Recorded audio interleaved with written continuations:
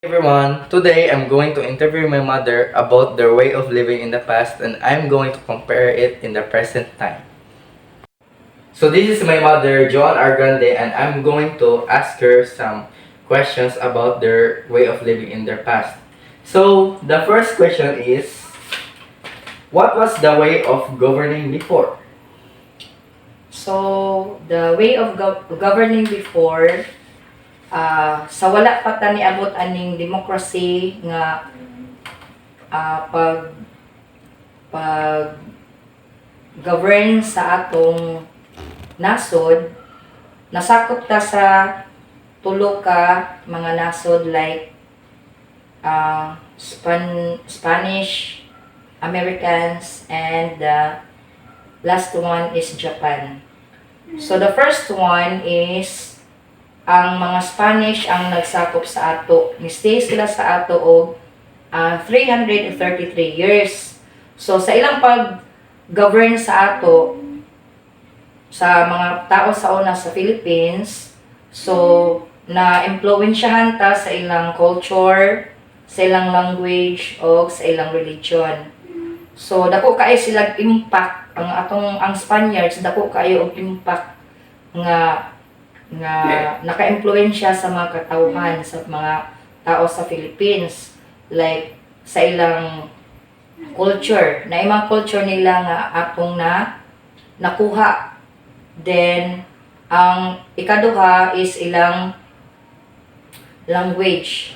So ang language nila like Spanish, mga tao sa unang panahon makantigo na pod sa ilang language na Spanish. So ang the last one is ang religion, which is ang mga Spanish ang nag-introduce sa ato og Kristyanismo. Okay, so ang ikaduha nga nagsakop sa ato is was the Americans. So during sa war sa Spanish and Americans, napildi ang Spanish. So ang Americans na pod ang nag-govern sa atong nasod. So naghapoy mga mga impluwensya nga nakuha nato sa mga Americans. Then ang ilang pag-govern sa ato is like democracy. So after that sa pagsakop sa Americans, nisunod dayon ang Japanese.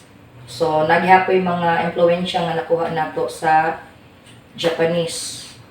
Ilang mga traditions, ilang mga cultures, o ilang mga language. Makantigog gihapon mga Pilipino sa una nga mag Japanese, then ilang mga culture naka-impluwensya pod sa ato. So ang pinakalas nga nisakop sa ato ang Japanese man after sa World War II naka-gain na og independence ang Pilipinas. So after ang atong Philippines kuan na din siya kanang ang atong panggobyerno is democracy, which is ang power sa panggobyerno na ang nagikan sa mga katauhan. So mao na to siya. Next question is, how do you avoid social conflict before? Social conflict before? Sa unang panahon, para maka-avoid og social conflict, ang mga tao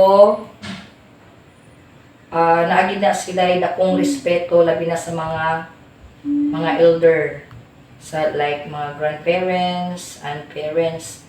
So dako kay respeto sa usag-usa na ang pagtinabangay, iwas chismis, iwas laag-laag sa uban nga lugar para makaiwas ta og kanang away labi na kanang mga barkada.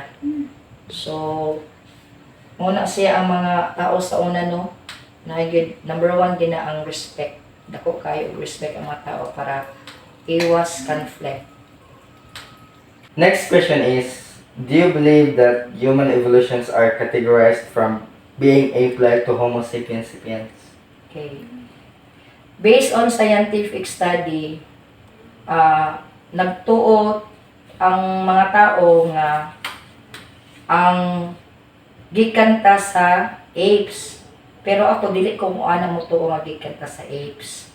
So, ang akong gituohan nga kita nga nabasa nato sa Bible, kita nagikan kita sa kuan sa image of God.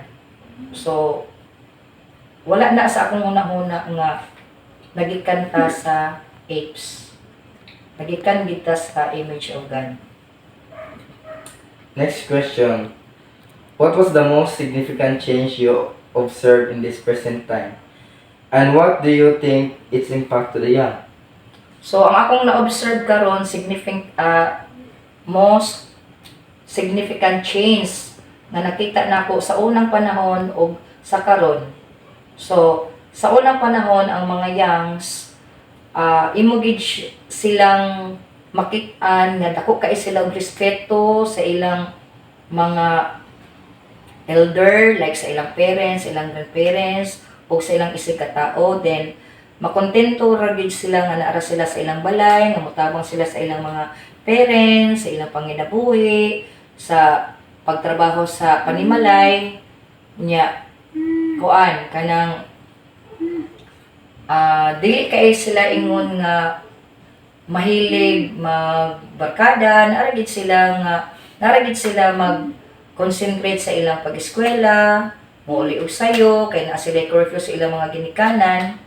So, makita nako nga karon ang mga kabatan-onan karon lahi gyud ang ilang kuan kanang mga lahi gyud ang changes kay karon ang mga youngs makita gid nimo sila nga more on gadget sila. So, wala nila napansin nga they spend more hours, more time sa gadget kay tungod anang ilang mga ginakuan karon nga mga games like Mobile Legends, mga Roblox, o unsa pa na nga mga games nga gikan sa kuan gadgets. So kini siya nga kuano kani siya nga kanang engagement sa kuan si cellphone kanang dili gid ni siya ingon nga okay man siya makatabang man sa mga youngs, pero naagid siya disadvantage kay ngano imo gid silang makita nga dako gid kay sila og time sa cellphone, wala nila namalayan nga kanang dili na sila ka-study og maayo kay tuara ilang time sa games, wala nila namalayan nga naa sila mga trabaho nga wala na trabaho, wala nila namalayan nga kanang dako na dai kay sila spend sa ilang pag chat-chat, sa ilang mga ka-chat, na dako sila time sa kanang mga dako kay sila time anang kanang pagtanaw anang mga YouTube. So naagi tendency nga mapabayaan gid nila ilang self, which is dili gid siya maayo para sa ilaha. Then untana akong ika-advise sa mga bata karon kung naa man kay gadget, kuan lang, spend lang mga pila ka minutes. So ilaging siguradoon ang ilang pag-eskwela, ilang pagtabang sa ilang mga ginikanan, sa pag-areglar sa ilang kaugalingon, ug sa mga uban pa nga butang nga productive. Dili anang more on gadget, more on chat-chat, more on games, kay dili gid na siya makaayo para sa ilang future. So, for the last question is, what advice you can give me as a young adult to become a better version of myself, and to become a good example to my fellows to create a brighter future? Okay. So, mao gid ni akong ika-advise sa akong anak para makabot niya ang iyang ambition in life. So, number 1 is fear of God gyud. Number 1 gining God. So, imong una-unaon nga naay Ginoo nga mutabang sa imo, gawa sa imong ginikanan, gawa sa imong imong mother.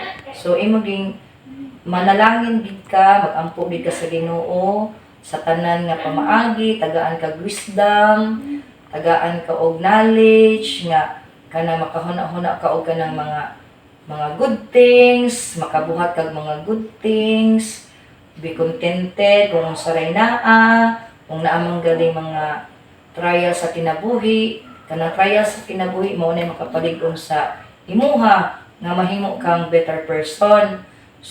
Aw, wa na problema ang tanan.